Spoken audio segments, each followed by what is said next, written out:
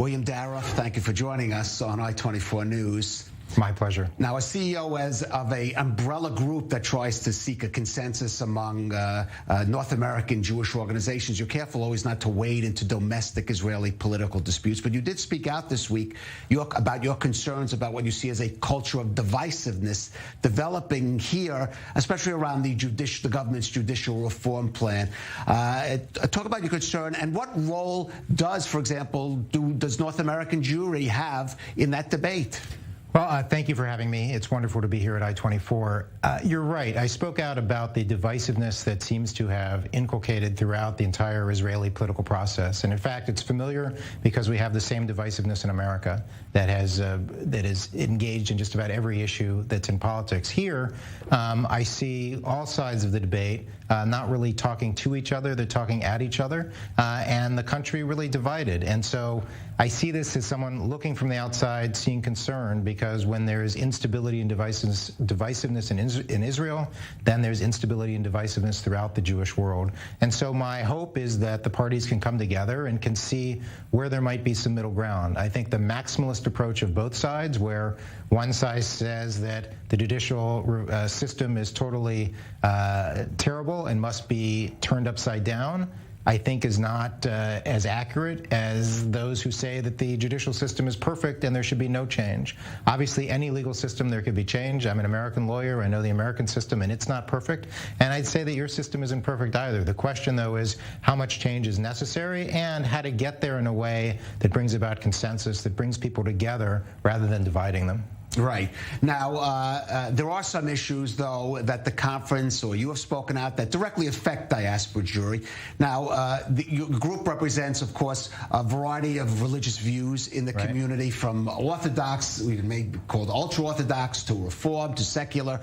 There is reports today that the government is planning to introduce a bill, the coalition, especially the Shas leader Aryeh Deri, regarding the Western Wall Shrine, that would make it illegal even to have almost non-Orthodox prayer there. We would eliminate the so-called egalitarian prayer service, which is used by a lot of North American Jews for events like bar mitzvahs. Is that of concern to you? So I haven't seen those reports on the new legislation, but I can tell you that the conference doesn't engage in issues of religion and state, because we are a body that brings together the Orthodox, the Reform, conservative, and religious organizations of all hues, and so we don't wade into that. But what I would wade into would be that saying, as Israeli policymakers make decisions, they should take into account the feelings of world Jewry. They should take into account what that messaging is to those Jews around the world who don't practice religion in an Orthodox way, and to see and to assess and to take into account their feelings. It seems to me that as a Jewish community worldwide, we want to bring everybody together. We want to bring Jews of all stripes and all colors and all religious streams together as one people, as a unified people. And so I would caution the Knesset to move away from divisive actions that tear us apart rather than those that bring us together. Right, well, we'll see if that message is heard or is being heard. Let's just move to the United States for a minute. We've spoken in the past about anti-Semitism, but look, just in the last week or a couple of weeks, you have Joe Rogan, the most popular podcast in America, making an anti-Semitic comment, basically, or an anti-Semitic trope. You have incidents at synagogues that could have gone much worse across the states. Again, they just said, where are the concerns now about where anti-Semitism in the states is going? It is continues to be a tsunami of anti-Semitism that is really attacking American Jews left and right. This Joe Rogan, who makes $200 million a year. And has 11 million listeners per episode. And this isn't the first time he's gone off the derrick. He was very much an apologist for Roger Waters, who was on his show just a couple weeks ago when Roger Waters from Pink Floyd was spewing anti-Semitic hate. And here to really push forward this timeless trope that Jews care about money more than others, works into this whole myth about Jews controlling the world. And if that's not anti-Semitic, then nothing's anti-Semitic. And I think that the question is really less about Joe Rogan and more about why it is that anti-Semites are so focused on the Jews. There's a normalization of anti-Semitism that is occurring, whether it's Kanye West, whether it is politicians, or whether it's on college campuses.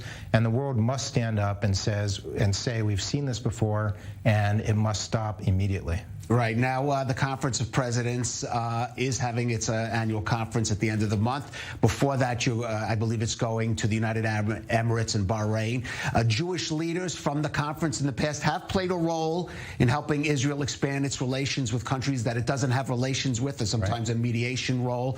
How do you see in terms of maybe expanding that role to those other countries, for example, in the Gulf, we've discussed Saudi Arabia, Oman, etc. So the conference, you're right, the Conference of Presidents has had a long-standing 30-year history of engaging with Gulf states, including before the Abraham Accords, obviously, and other countries around the world that don't have relations with Israel, where we're able to engage on behalf of the American Jewish community to move the ball forward. I do think that there are other opportunities. We see that Sudan seems to be coming down the pike, and obviously Saudi Arabia is the big fish out there to catch. And my sense is that there are discussions that are occurring between the United States government and the Saudi government on a number of issues, and among those issues are having more engagement between Saudi Arabia and Israel. I think that once the Saudis join this umbrella of peace, it's really Katie hold the door, as they say. I think that there'll be a domino effect throughout the Arab and Muslim world of normalization with Israel, and that's something that will bring peace. It's something that God willing, will bring the Palestinians to the table, so that this sort of outside-in approach will make for the conflict here to be lessened as well. I think this is really a top priority, I know, for the Netanyahu government. I think it's a priority for the American government. Is it enough a priority, or the leaders of the conference in dialogue with the Biden administration about maybe doing more to try to, for example, bring Saudi Arabia into the fold? We're absolutely engaged with policymakers in Washington about U.S.-Saudi policy. Absolutely. I think that Saudi Arabia is a key component in this region. It is a key component in the fight against Iran. And obviously, it's a key factor in Muslim and Arab state acceptance of the State of Israel. All right. Well, we'll have to see if any of those efforts prove any fruitful. William Daroff, CEO of the Conference of Presidents of Major American Jewish Organizations. Thank you for joining us again on I-24 News. My honor. Thank you so much.